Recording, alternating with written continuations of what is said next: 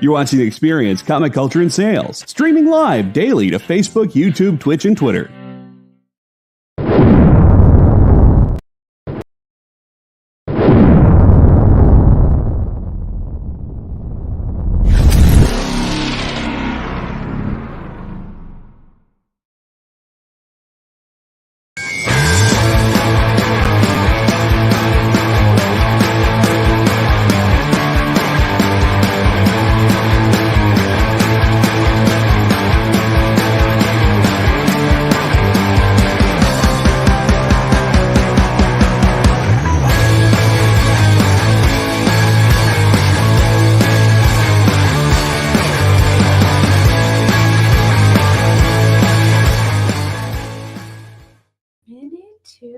Gambit. As you see, I am doing the liking of the sharing of the video, so hopefully all of you guys are doing it too. Alfie, do you want to tell them what we're doing today?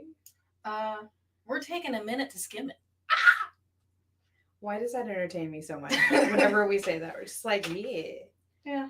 We're reviewing the first issues of the new books that came out this week, which there's a couple. There actually is 1 or 9. Just a handful. I think we read 9 each. So, yeah. I read an extra one by accident, too. I read an extra one on purpose, but there's one that you read. Okay, yeah. Do you want to go first? Because I think you had more books this week. Because I am slow at sharing. I'm so sorry. Okay, that's fine. I'm going to start it off with Shazam, Theory of the Gods, Shazamily Matters. What? You heard me? Shazamily Matters. Yeah, and to answer your question, yes, I did do that. That's a Family Matters reference. I hope everyone got it. Yes. If not, I'm so sorry. All right. But that is obviously a family-friendly book. There's 7 stories. They're all pretty short. And they all have, it's each one ends with family matters. That's the lesson, obviously. One of them has a dog. It's a good story. Okay, because after last week, I'm just No.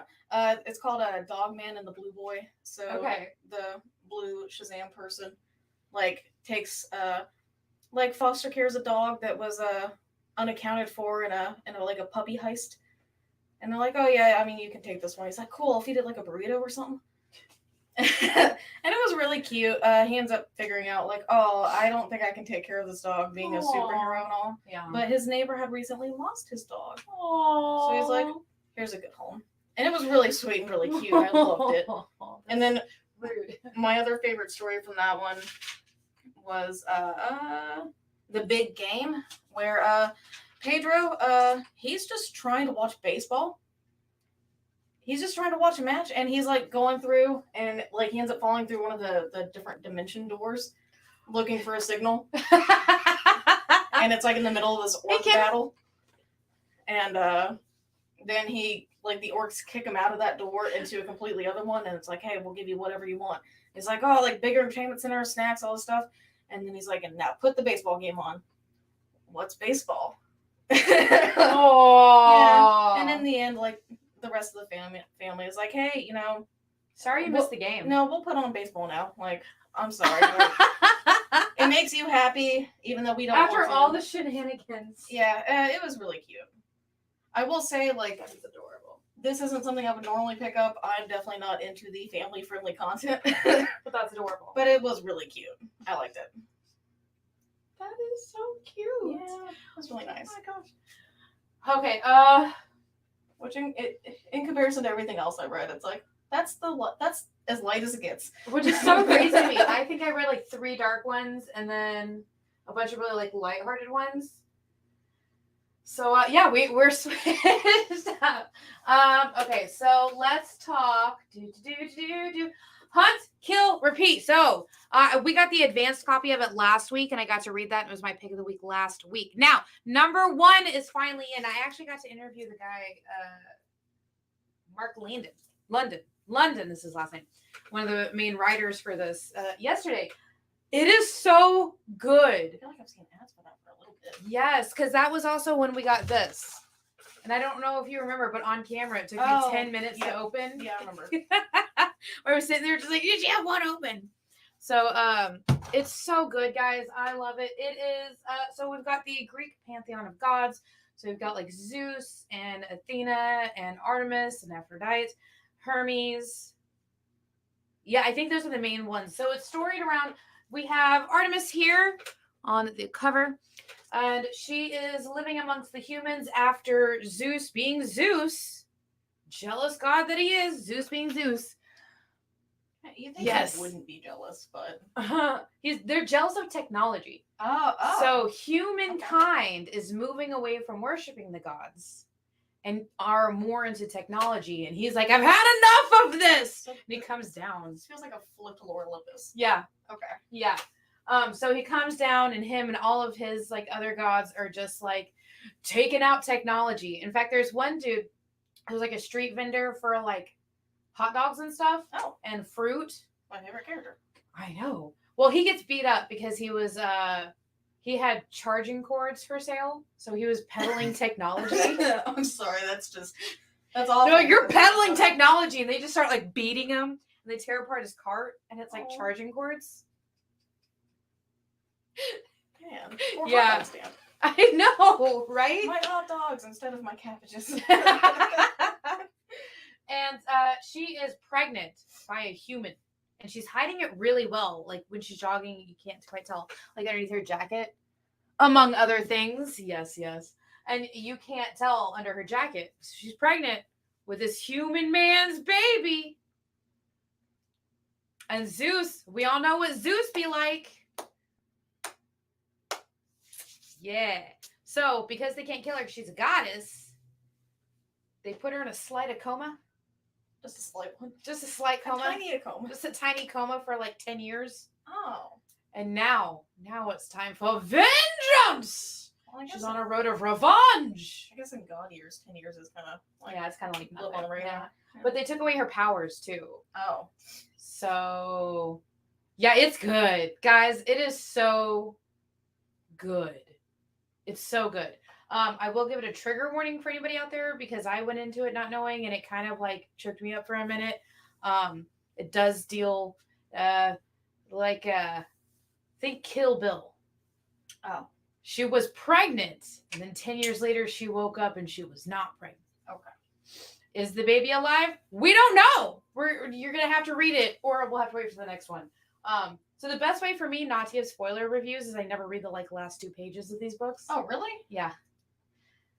That's a great strategy. I know. That way I can't spoil a book. So I never read the last 2 pages of a book. Huh. At least for the show. Okay. I'll do it later. But like for the show, I never read the last 2 pages. So I can't spoil it for you guys. So I don't know if her son's alive or not.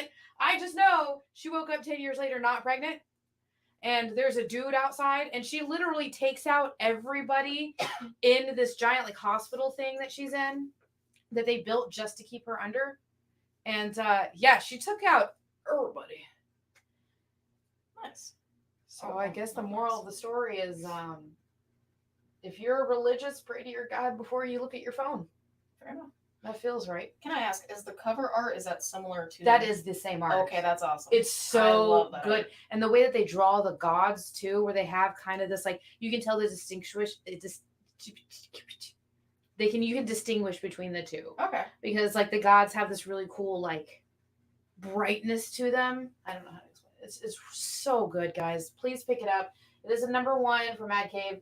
Hunt.Kill.Repeat. I love it. Very And then cool. just like I don't know if you guys can tell, but like look at her arms and her bow and her just like her armor. Oh, like No, it looks really awesome. oh my gosh. It looks shiny even though it isn't. Yeah. Like it was colored very well. Yes. Amazing work to the whole team. All right. Okay. You're next. So follow up gods and a family friendly. Well, they're technically gods too. true, but family friendly gods. Family friendly gods, not family friendly. No. I guess don't they care about have family. a big family, but let's go with Hollowed, which is definitely not family friendly. Oh, okay. Mine was- Okay, so for starters, I like the art in this. It is it's very bright colors and it's like sketchy but with marker. okay. It's really cool, and despite it being a dark story, it's very bright colors, very cool. Okay. And it is about this detective who is hunting a killer called the Hollower. And what this killer does, About right. Yep. Okay, I'm ready. and what this killer does is that he hollows out people. Like he takes the organs, acid, nice little cavity. Well, But each of the victims has a smile on their face. no, that's oh no, I don't like that. Yeah, and I don't the like that. detective is like, it's the only it's the type of smile you get when you start feeling love for someone. Like it's that sort of like, oh man, Euphoric. yeah, Okay. yeah, like oh you find out that like, and it's not like, oh, you're just asking me to the prom type thing. It's like, oh, like we're gonna be intimate. Like I'm feeling that sort of love for you. Oh, okay. Yeah. Oh, like that And- little like. And then it immediately picks up into a police chase.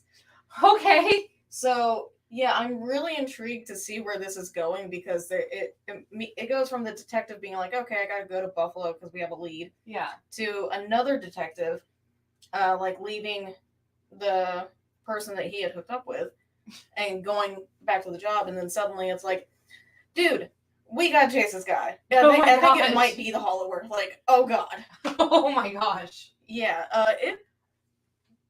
I really want to know where it goes because there was Oh my very little text in this book. It was Yeah. just like, we've established it. We're on the chase. Yeah. I think I like Keen's Point also because usually most of the stories are on like 4 or 5 issues. Does it say how many issues this one's going to be? I didn't notice it saying that. Okay. And what's also funny about King's Spot is a lot of times their stuff is making fun of like real life stuff. So I'm wondering where they got the inspiration for it this time. Maybe that love makes you feel hollow. Speaking of love stories, don't fall. Let's talk about Rogue and Gambit. So the name of this one, too bad Ed Weird's not here. This was my long titled one. So this is Rogue and Gambit, #1. Where did I write the rest of the title? So the name of this book is Buy a Girl Another Ring. So we all know they're married. I think they were less married and now they're married again. But anywho. Less married? Like one got sent to an alternate dimension and everybody thought she was dead. Oh, that sort of less married. But then she came back. Not like filing for less married. I guess they were technically by the universe separated. Oh, okay. And now they're back Just together. not legally. Yeah. Okay. Just universally. Oh. And they're back. So Remy over here, he's drunk. He's out in the streets doing what he does. What's funny is they show like there's a whole page where it shows their messages where he says, "Hey, I got the reservation here at 7." And she's like, "Cool." And then he says something along the lines of, "Did you bring that red thing?" Giggle, giggle. And then she's like, "Hey, I think X-Men still look at this chat." And he's like, "Good." And then you just see, he's there at like 6:55. He's like, "Hey, I got our table waiting for you." And then like at 7:10, "Hey, I got some wine." 7:15, "Are you on the way?" 7:20, "Hey man, they told me that I can't move tables. I just realized we're by the bathroom even though they have 10 open tables." 7:45, "Hey, they're about to kick me out. Are you on the way?" Hello. Like she stood up her own husband while they were trying to have a date. And then, she sees him in an alley having a drunken fight with like these other like bad guys, like other drunken bar dudes. And like they take them out pretty quickly. She's like, "You're drunk. I don't want to have this conversation while you're drunk." And he's like, "Where were you?" She's like, "There was a thing." And he's like, "There's always a thing." And then she's like, "Can't you just like not be drunk for one vacation?" And he's like, "Can you not try and save the universe for one vacation?" And then it also like talks about during their honeymoon got interrupted to save the moon because they were the only like superheroes on the moon. It always goes back to the moon. I know. It's always the moon. It's a running joke in all of our shows. It started as a joke, but now it's like, okay, when is this bit gonna end? Never. I think the first time you and I had a moon joke, it was your first time on Space Cadets. It was, and it just never stops. No, because the comics. it keeps referencing the moon. So their honeymoon was on the moon, on a hotel on the moon, because they figured that was the only place they could go to like get away and be, away and not have to save everything. But then somebody goes to attack the moon and they have to save the moon. And that's how they spent their honeymoon. So this was supposed to be their alternate vacation after, man, this is supposed to be our first vacation in forever. She's not part of the X-Men anymore. So they're both like standalone characters. They're not part of any teams. And so they were just like, yeah. And then her mom shows up. And then other people are just like, you need to help us save the world. And they're just like, one vacation! So, yeah. I feel like, honestly, aside from trying to save the moon on their honeymoon, I feel like the mom showing up to your honeymoon is probably the absolute no, the mom showed up in this one. Oh, just showed up? Yeah. Okay. In the bedroom while they were talking on the bed. Okay. By the way, that was a funny scene. So Remy's laying on the bed all drunk. And then Rogue's like talking to him, and then she says something, and they both shoot up, like looking around, like, you heard that? And he's like, good, you heard it, as long as it wasn't just me now, yeah? And she's like, no, I heard it. And they were like, show yourself. And she's like, Mom, what are you doing? Like, yes. Backwoods, hey. So, this was definitely getting to see what it's like to have very intrusive X-Men family, kind of just, X-Men aren't allowed to have vacations, apparently. I think I'm cool just being a human. Especially if it's like your honeymoon or your second honeymoon. It was funny. I feel so bad for them. I just wanted to like hug them. Like, I mean, they couldn't even go to the moon to get away. They've always got to be saving us. Well, you know what? The moon, I think, is a good segue into the next Okay. Okay. Cosmic Ghost Rider. They gasp. Which I think I'm starting to get into Ghost Rider. After reading that I trade, love Ghost Rider. I'm digging it. I do love Ghost Rider. So in this one, this one is very sci-fi with a little touch of Western, which I was not expecting at all. Which I guess now it makes sense because it feels very Ghost Rider. Yeah. And sci-fi Western, I mean, I don't know how you can get better than that. That's so fun. The Cosmic Ghost Rider, he is staying with these two people, like a daughter and dad and father, which they're adults, both of them are. But someone comes into town and is like, "Hey, that man that you're letting stay with you, that's the Cosmic Ghost Rider." What? And I need him dead. Yeah, I mean, go off. I feel like that's how the actual interaction would go for me too. Ship's in the house. What's up? Hey, Ship. That's. But yeah, so there's a tussle. Just a little tussle. Yeah, and then like Cosmic Ghost Rider, like he hesitates to shoot, and then the bad guy shoots the father of the. Oh, that's rude. Yeah, but then suddenly he wakes up. And he's like, "Yeah, I knew that was a dream. I would never hesitate to shoot." Oh my god. Yeah, and then there's a little bonus story at the end of it. It seems like it's gonna be like a real cat and mouse game between Ghost Rider and this dude. Okay. I'm pretty excited for it. It looks fun. I love the art in it. And like that? Yes. Okay. And I mean, it's sci-fi Western. Sci-fi Western. And also, he's still a broken dude that hallucinates and is crazy. Oh my god. So it's awesome. So it's a whole comic of it didn't actually happen. It's just awesome. That does sound awesome. Okay, I'm trying, like there's one book I'm trying to avoid because I will go off because I know all the lore of the universe. So let's do... It's a Darkwing Duck. No, it's actually RWBY. I knew what it was. Okay. I was joking. I do know a lot about that universe though, because I've seen every episode of Darkwing Duck and of DuckTales. You know all the lore. I know all the lore. I do. Let's talk about DuckTales. Ooh. So there we go. This is Darkwing Duck. This is not DuckTales. This is Darkwing Duck. This is a Excellent. fact. That's the word. That's the word. As I forget my own language for a minute there. The very first issue of Darkwing Duck, and it was really cool to kind of like go back and retouch it.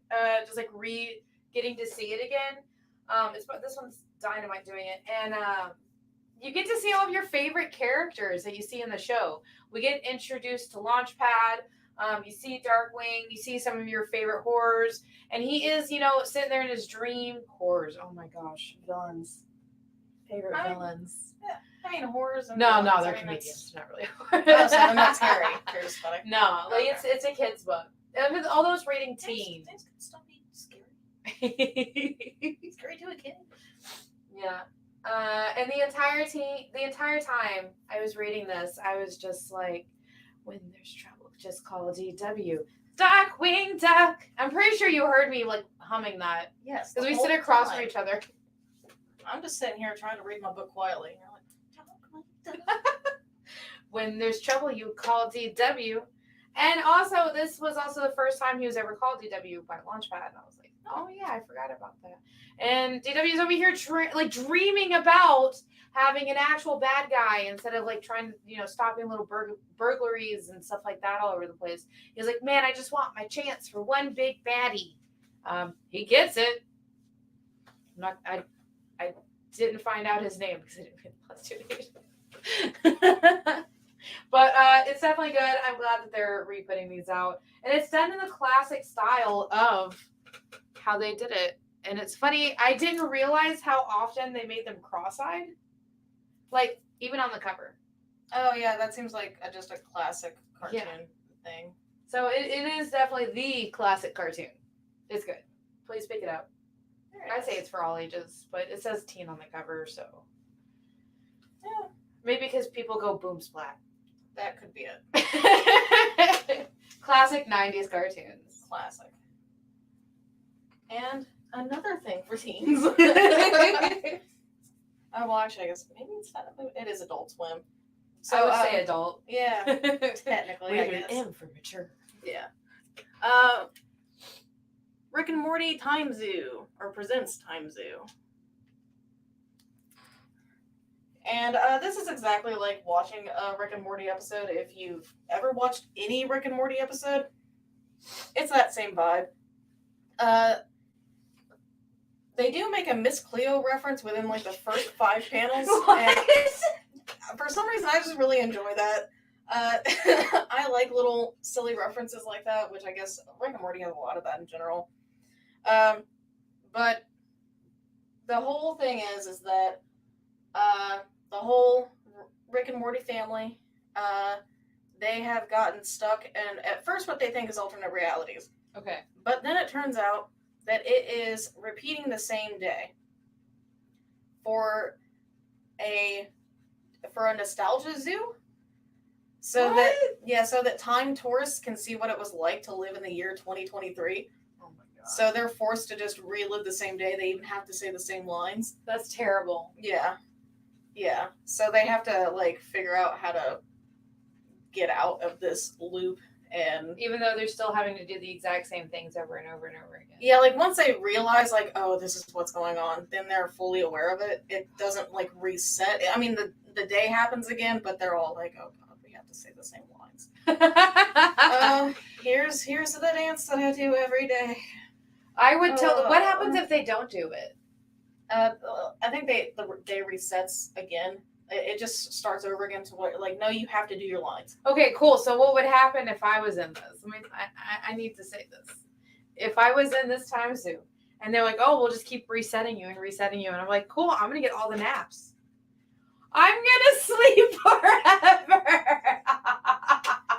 Oh. The alarm would go off, I would just turn it off and go back to sleep, and then the alarm would go off, and I'd turn it off and go back to sleep. I will say the way that they find out pretty, like, well, Rick figures it out pretty early, and the way that he figures it out is he makes Morty chug a can of Cheese Whiz, like, and he's like, oh my god, it just like, and he's like, chug the whole can, every drop, and he's like, oh, I can't do it, I hurt so bad, and it's like, chug the cheese for family. And it's pretty amusing. oh my gosh, I can't. Because then the time resets and Morty's like, oh, my stomach hurts. Wait, so he like still feels it? Yeah, like, because at this point they don't realize it. Yeah. He's just like, oh god, my stomach hurts, and Rick is like, yeah, it should. You chugged a bunch of Cheese Whiz. I'll prove it. And he does like a whole thing. He does the Rick thing. Oh, so. God. Yeah, it's pretty funny. I was amused by it. I'm usually amused. They all the comics always play like an episode. It's so great. I mean, they had me at Miss Cleo. I'm easily amused. All right, let's talk. Just do it for family. Chug the cheese for family. I'm gonna say that from now on. Just like sell the book for family. For family. So Alfie actually got to pick out my books for me. And we all know why she picked this one for me, don't we? It's called Red Zone, #1 from AWA. Yeah, because it's AWA. You like AWA. I love AWA, but I'm a terrible person because I don't remember what the second A stands for. It's like artists, writers, and something. I was going to say authors, but that doesn't make sense. It doesn't. But I can never remember. Audience? So this is Red Zone #1. I wish I could remember. I'm terrible. This is #1 of 4. There's going to be 4 of these. So we start open with Professor What's-His-Face, and he's just sitting there talking about how Peter the Great forced Russia into revolutionizing, but he was also a drunk, and a lot of great leaders in the world were drunks, and he's this professor, and they don't tell you what he's a professor of until much later in the book. It's Russian literature and culture. It's a very specific major. And what? Okay, somebody tell me what degree you need to go and study Russian culture and literature for. I would assume you just specifically pick that major and like, no, that's what I'm doing. Like, what major would you need this class for? It's not even in Russian. It's not even Russian language for interpreters and stuff. It's literally about Russian culture. Let me tell you what Russian culture is. Stay home, get drunk. Stay home, get drunk. Make babies, get drunk, make booze.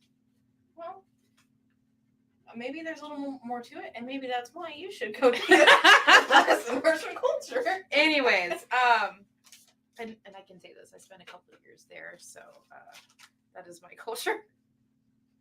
So then he gets approached by this military dude.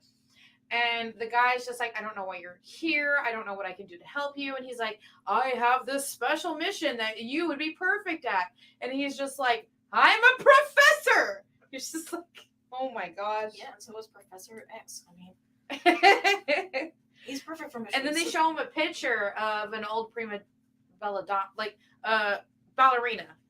Like she was a prima ballerina for the Russia main ballet house, right?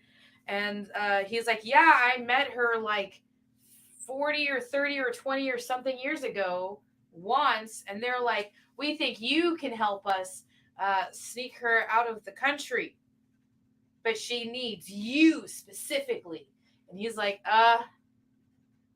okay. So whatever. So him, the professor, and this whole team of like special ops are there in Russia in this restaurant talking to this lady. Well, the professor is in the restaurant, not the lady. The special ops are just kind of like everywhere so that way they can be his backup. And she's like, oh yeah, I'll go with you under one condition. And he's like, what's the condition? And then this like, I don't want to say kid, but she was like maybe between 20 and 25.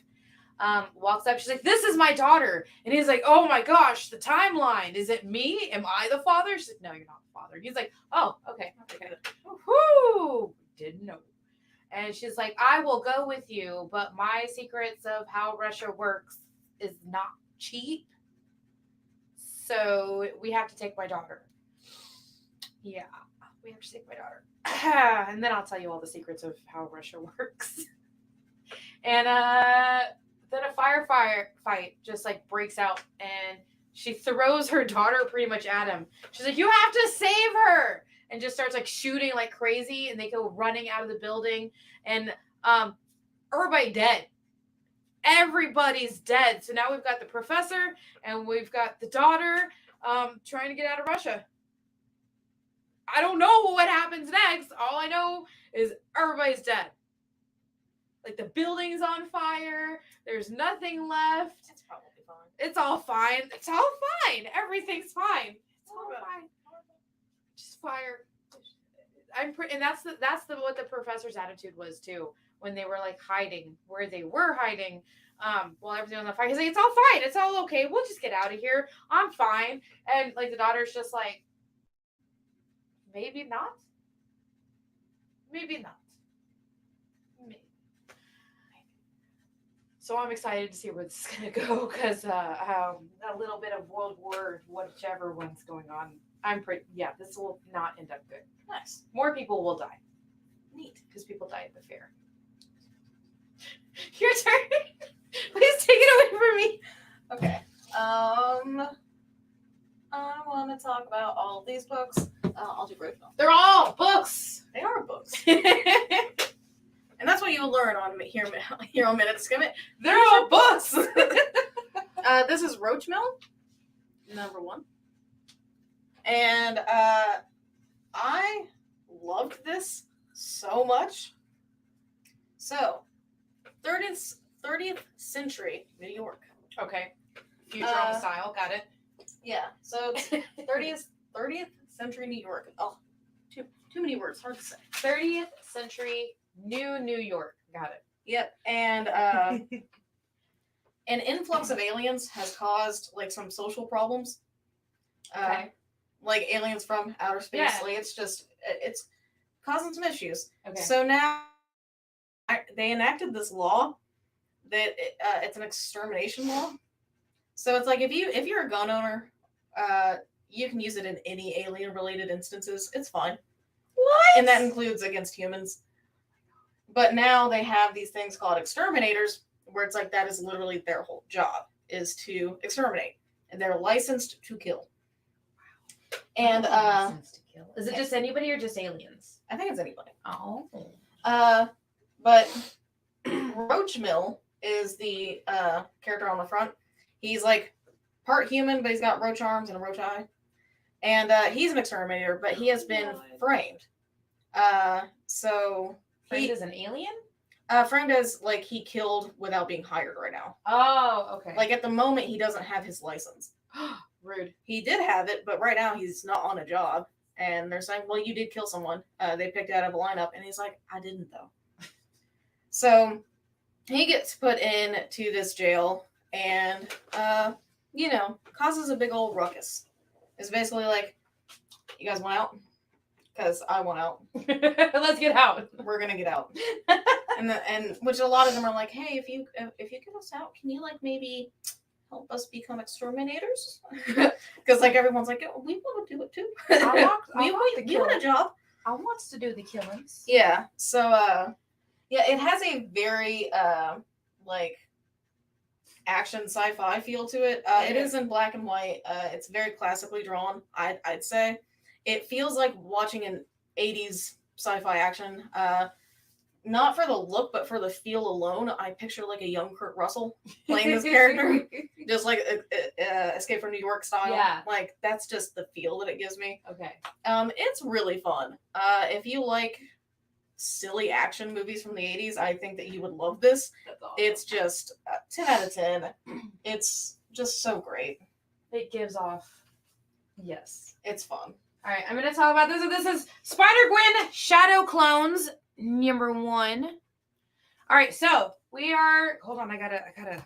This one has a lot of setup. Hold on, where did I put you?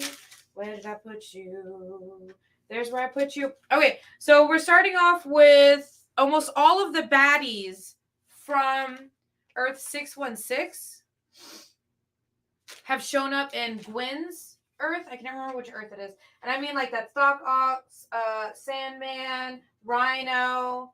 They showed a couple on here. There's like 5 or 6 different ones that show up in here. And she's like, man, no wonder Spider-Man's always complaining about you. As Ghost Spider. I'm sick and tired of you guys doing shenanigans also. So here she is fighting 5 major baddies boss herself as she does. And at the same time, like there's already been issued an evacuation for the area they're fighting in because this is such a big one. Oh, Electro is another one. And there's this one office where it's 2 people in there and the one scientist is like 65. What is 65? The Earth that she's on. Oh, yes, thank you.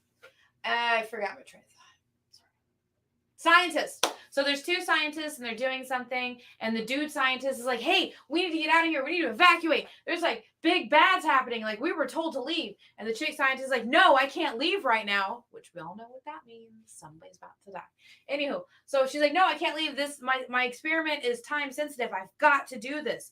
And then he's like, okay, well, we've got like maybe 10 seconds because they just hit our street, which means they're probably going to come through our building. Like, we got to go. That means get up and go. Guys, if you hear that and the baddies, go. Whatever it is, come back to it. She's like, no, this will set me back months. And I'm like, cool, months are your life. Like, well, I mean, if I only have months to live. So what happens is, so in the fight, this is where it was like kind of weird.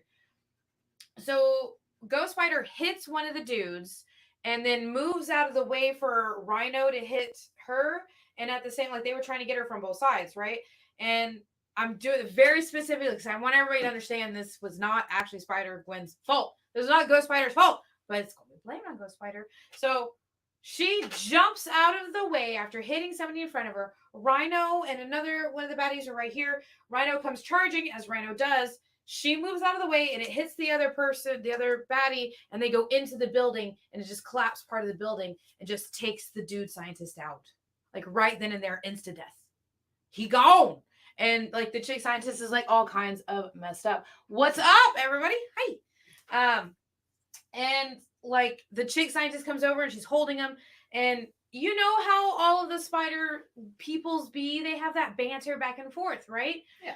Nobody saw that two people were in there. Spider-Gwen, I'm pretty sure, just assumed everybody heard the evacuation thing and like done left as they were supposed to, because that's what everybody else did. Right? No! What is mad scientist chick who's super mad and injured that, you know, her dude scientist is dead? She's looking at Gwen like, this is all your fault. And Gwen has to say this line, oh, now we're having fun, guys, as she's fighting the baddies. And I'm like, dude, somebody just died, Gwen. Somebody just died. Don't say that line now. Oh, it's fine. Comedic timing. Oh, terrible timing on Spider-Gwen's part. And yeah, so then it gets fast forward to many months later. Gwen is in bed, passed out, and she can't go. The Mary Janes, which is part of the band, the Mary Jane, I think she's the drummer. I think that's what it is. Anyways, she can't go on tour because she has to be Ghost Spider. She's the Spider-Man of that universe, so she can't leave her part of New York. So she doesn't get to go on tour with the Mary Janes. That made me really sad for her. Mm-hmm. She does all this practice. They do all this setup. They finally get their tour set up, and she can't go. She has to do superhero things. It happens. Rude. And then she goes to work, and she works at this like cafe, and the dude for a while has finally asked her out, and that night they're finally going on the date. But what happens when the superhero goes on a date? Oh, it gets interrupted. It gets interrupted by two robbers, and they just like throw their hands up like instantly as soon as they see her, and she gets attacked by herself. Doc Ock self. By her Doc Ock self. And they're literally trying to figure out, like, she's like, oh, if I can just talk to Gwen Ock. If I can just talk to Gwen Ock, we can clear this up and, like, figure it out. So, like, they're doing their fight, and she gets her, you know, things, her machine tentacle things, like, wrapped up. And they finally talk, and they're just like, okay, so are we clones? Are you from another universe? 360 Comics is one of our new Wednesday shows on these shows. That's awesome. Cool. Hi. And so, yeah, that was very interesting. They get back over and they get to meet up with Reed Richards, who does some testing. And you find out she's a clone, which I guess it says it right there in the title that she's a clone. But you find out she has the same, like, brain waves as her. And they said it very scientific. But in my mind, I was like, where's the maths? Show me. Where's the printouts and the readings and the graphs? I needs it because the way you're explaining it don't make no sense. And yeah, so it looks like that the villain has probably taken all of the baddies that she was fighting at the time and spliced them with Gwen DNA. And that makes me wonder, how did she get Gwen DNA? What was she doing during those months? What was her experiment? I don't know. Maybe she teamed up with Sinister. I mean, he's cloning everyone. I mean, Sinister do be cloning everybody. He loves cloning. He loves It's a cloning. pastime. We don't know who's the real Sinister anymore. They keep clones. Hmm. But yeah, so this is definitely building up to be a very interesting Ghost Spider story. Definitely check it out. And since you talked about Spider-Gwen, I'll Oh. talk about Spider-Man. Spider-Man, Unforgiven, horror stuff. That is the, like, in Was this the one that you were laughing like nonstop at? I think so. I liked it.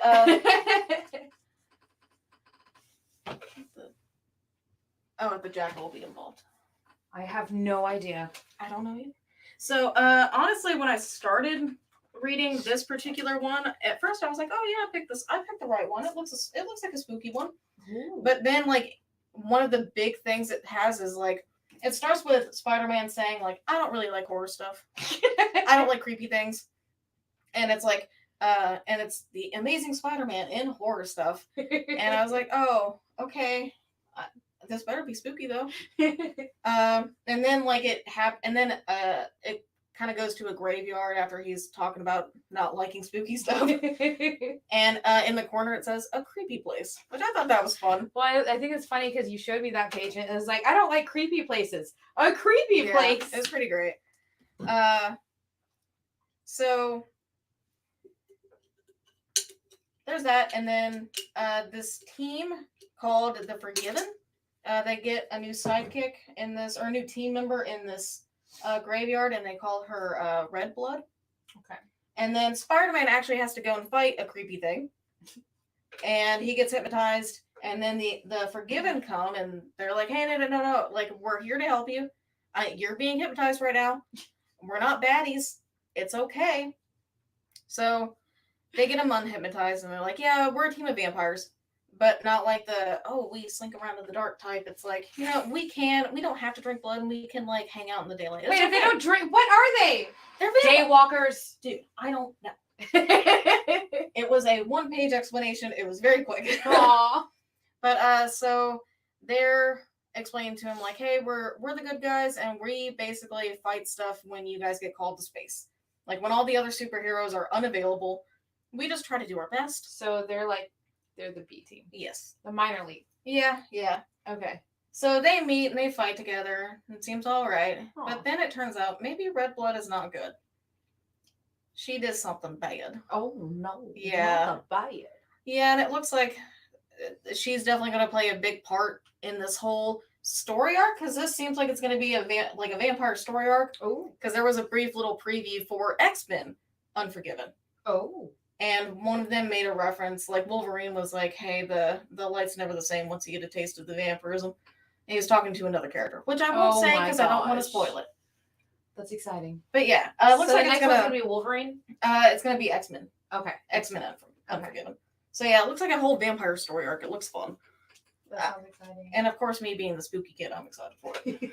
Oh my gosh, I still have 3 books in 15 minutes. Okay, we can do this. We can do this. Books. Okay. Phantom Road, #1. I think you also got to read this. This is a new book by Jeff Lemire. Good stuff. Oh my god, so good. Okay, so we have Trucker Dude doing beep beep on his way to North Dakota. I don't like that word. Dakota bothers me. I don't know why, but it does. Okay, so he's on his way to North Dakota. He makes a quick truck stop to get a little something to eat, wash his hands, like kind of like relax and stretch. Just like, oh, all right, how are you now? And like people keep like coming up to him. Like the one dude is like, hey man, I got all this stuff. You need some stuff? Hey man, you need some stuff? And he's like, no, I'm good. Okay, bye. And he goes inside to eat. He's like, how are you now? And she's like, how are you now? We're doing good. All right, then there you go. That was the whole conversation. And then he bumps into another guy who's sitting right next to him that looked like was a president. Oh, Ronald Reagan. Thank you. It looks just like Ronald Reagan. I don't know if it's supposed to be, but it yes. That's all I could think about. I was like, why is there a president in a diner? But okay, whatever. And then he gets up and another dude like walks up to him and he's like, hey. He's like, okay, you know what? I need to go. I got to go get on the road. So he gets his truck and he gets going and he gets a flashback of his childhood for a memory. During that flashback, another car is coming. He's in his truck, on his side of the road. Another car is coming and it swerves in front of him. So he swerves and hits them. And they just like, they stop for a minute. Nobody's hurt. They get out and he's like, hey, are you okay? Look at me. Are you okay? And she's like, there's something in the road. So what does he do? He goes and looks at it and he touches it. What have we learned, ladies and gentlemen? Nothing. Don't touch things in the middle of the desert or the road. Don't get out of the car. Stay in your vehicles. Touch everything. Get out of the car, take pictures, have a little look around. Because last week's video, 2 people got out of their car to take out pictures and they got abducted. In this one, he gets out of his truck to check on her, and she just instead you like to touch this. Let me touch the weird. Oh, that looks so weird. Let me touch it. No, don't touch it. Okay, it's fine. Okay, Move I'm on. sorry. That's like my life goal is to get that message across. Like, don't touch things. Explain Stay it in car. the next show. Yes, well. yes, It's fine. I will. And so they kind of like they start get green flashy eyes. I think it's the best way to explain that. Like, did you see that part? Yeah, I think so. Yeah, it was weird. It was really weird. Yeah, And then weird. all of a sudden they're in this kind of like grayish. It's daylight all of a sudden. It's kind of grayish everywhere. And they see one of these dudes kind of walking in the distance. He's like, hey man, you're naked. Like, are you okay? Do you need help? And the thing just goes, I don't want like desert zombies. yeah, desert zombies. Like husks. Yes. And so he beats it and he's like, oh my God, I beat it. I killed it. And then he looks off in the distance and there's a whole group of them. And so he goes running back to his truck and she has it locked. And he's like, let me in, damn it. She's like, no. He's like, let me in. Fine. Lets him in. And they start driving off and then he stops the truck. And he's like, we got to go back for the thing. She's like, no. Like, man, you already started this. You already had to touch the thing. Like, now you got to finish it. And yeah, so they have to go back for the thing. And I can't wait to see what's going to be next. It looks really good. It's really good. And the art is just like that too. Yeah. No, it looks fun. But the lesson of the day is don't get out of your vehicle. Get out, take some pictures. No. Okay, and for me personally, I think this is going to be my pick of the week, but of course it would be. This is Rock and Roll Heck.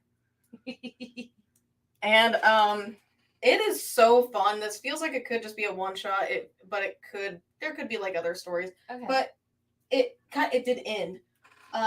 It's so fun, so fun. So it starts with some angels in up north. That's what they say, and then it's like, okay, really far up north. Okay. It's heaven. And they're like, yeah, I think we gotta go talk to him. And they are talking about Jesus. Oh wow. And they go and they're like, hey, like, what's up? And he is 3 sheets to the wind. Oh my gosh. And he is very upset. He's like, my dad doesn't care what I did for him, and the people down below don't care. I'm sick of it. I am coming back for Judgment Day. Is he Southern now? Well, because I'm saying it. I can't help it. It's perfect. So he decides in a drunken rage that he's going to go down for a second coming to have Judgment Day. And Judgment Day just so happens to be in Helsinki at a metal concert. A huge metal concert. Which just before Judgment Day, the band Feral Carnage, which is this band on the cover, they're big, popular, all this stuff. They're going through some internal struggles because they're not about the money. But then this agent was like, I can make some money. But only the lead guitarist is down for it. But, you know. Guys, we gotta have money to keep doing tour stuff. Yeah, so it's a whole thing. But Judgment Day happens, and it's like everyone in the concert's dead. Except for Feral Carnage, because they're like, oh, we're getting off stage. We're going. And the drummer is a Satanist. So he's like, dude, I think I have an idea. Oh my God. And he like looks at a song in a comic book that he's reading, and they're like, are you seriously thinking about summoning Satan through something that you read in a comic book? He's like, yeah, why not? It's the only chance we have. And it's real fun. There's loads of jokes. And the angels at some point are like, look, I don't want to go above Jesus's head. I don't like doing this, but I think we need to talk to the big guy. So they get him to come down. And, oh my God. And Jesus looks like, you remember in Monty Python, the Holy Grail, where it's the clouds part and it's that God? Yeah. Oh my gosh. It is a Monty Python-esque God. It is hilarious. And he's just like, hey, bud, I just want to talk to you. We need to settle things. It's okay. Calm down, buddy. I need that. It is so funny. Okay. I'm buying it. All right, I think I have 2 more books. Okay, let's talk about. No, I will. Okay, DC RWBY. number 1. All right, so excuse me. As you see, their outfits on there. Ta-da! I had to show that off. All right, so we open up and Batman is fighting a creature from Grimm. I don't know if everybody knows this. Over in Grimm is the universe that RWBY is in, and everything is kind of like a fairy tale-esque, and everybody's named after like colors and stuff. These are big giant creatures, or like big giant like creatures with like white things coming out of them, and they happen to be showing up in Gotham. That's not good. No, it's not good. And so Batman's, trying to take them out. Team RWBY over here, we've got RWBY, Yang, Weiss, and Blake are also there taking out some of these monsters. But for some reason in their mind, they got it that Batman is what brought them over. Because he's a giant dude dressed in all black that's like working with the awful authorities because most of Gotham is corrupt. Yeah. Yeah, so they lay a trap for him to follow them, and they have like this epic fight. And we're noticing also the longer that Team RWBY is in Gotham's universe, the more that they're like their magic and their semblances and like their outfits actually evolving too. So it's kind of like they're assimilating to that universe, and they're just like, hey, now wait a minute, we didn't know you could do these kinds of moves. What's this weapon? Don't ask about my scythe. I know it's bigger than me. Yeah, I'm super fast. Get over it. Why are these questions? Hey, cool gamer. Hey. So yeah, and it just kind of like spirals, and Batman's like, now hold on a minute. You're not the bad guys in charge of these creatures. And they're like, now hold on a minute. You didn't summon these creatures as a bad guy to like take over the city. And like they're clicking at the same time that maybe each other are in the same boat. And then RWBY and the whole team have to go off and be like, hey, look, we're just trying to take out these creatures. And he's like, yeah, but you're just kids. And I'm just like, Batman, no. Batman, no. Because you have kids following you all the time. So, yeah, I'm super excited to see where this is going because I know everything there is about the RWBY universe. Too much, one would say. Actually, yeah. Okay, I've got 2 more books. Yes. Okay, we can do this. So, we got this. This is Hallows Eve, which this has introduced me to a cool superhero I'd never heard of called Hallows Eve. She was given masks when demons from Limbo were attacking and stuff, and all these masks in this bag. When she puts them on, they each have their own power. Oh, okay. Yeah, and her boyfriend is a clone of Spider-Man, Ben Reilly. Oh! There's like a whole thing. Okay. There's like a whole thing. But basically right now she is on the run. She's trying to keep the deal. So, but she also wants to rob a bank right now so that she can have enough money for her and Ben to go have a new life.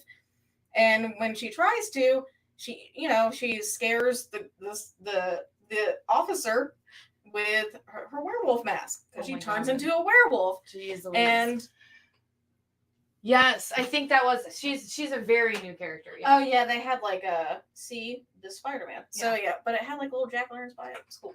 But so she scares the police officer as a werewolf, and it's all caught on camera, all that stuff. And then by the end of it, they're like, she sees on the news that there's like there's a werewolf going around town. Oh my gosh. So put the werewolf mask away. We're done. Yeah, and she's like, oh no, I think I might have done something bad. Robbing a bank is bad. Yeah, but I mean, that's not that bad in comparison. But she's like, oh no, my masks and stuff maybe affect other people. It's bad. Yeah. It looks fun though. Okay, so I think this is my last book. Yeah, all night and every day. This is a new one shot from Aftershock. And what is it? I'm going to read Hallows Eve. Yes, it looks good. It's a one shot from Aftershock. So we have this chick right here. Her fiance has been missing 2 years. For 2 years, he literally disappeared. They had their wedding rehearsal, and then they went to wedding dinner. But he didn't show for wedding dinner. He just poof, gone. Right, gone.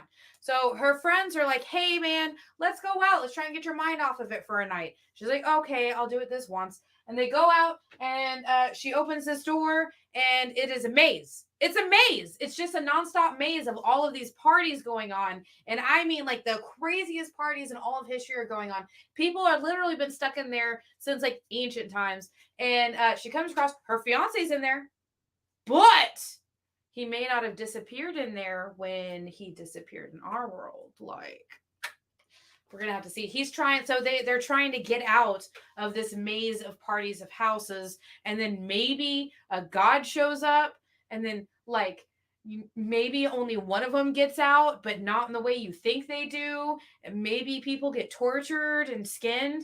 Maybe. Nice. It's really good. It's a one shot. It's a premium book, and it feels like butter. Okay, we got time. You can do it. You can do it. Okay, I am Iron Man.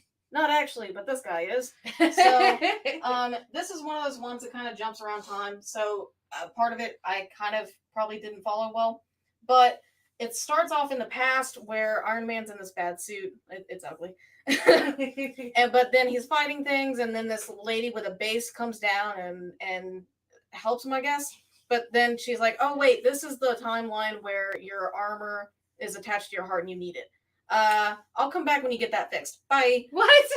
Yeah, and then it goes to present time where he is evacuating people from an area, but it's not him. It's like a bunch of suits that he made. I guess like fake Iron Man to go around and help people.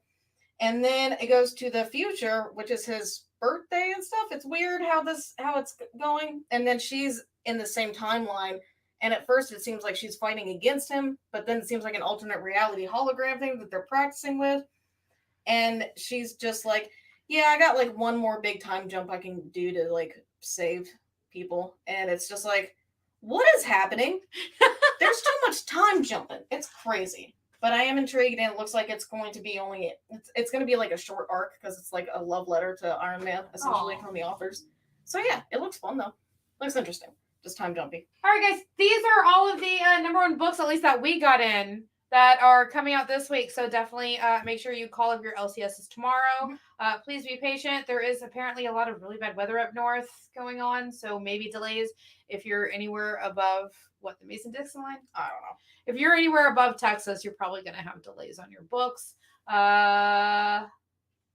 Please be patient with them. We all love you guys. This is the heart.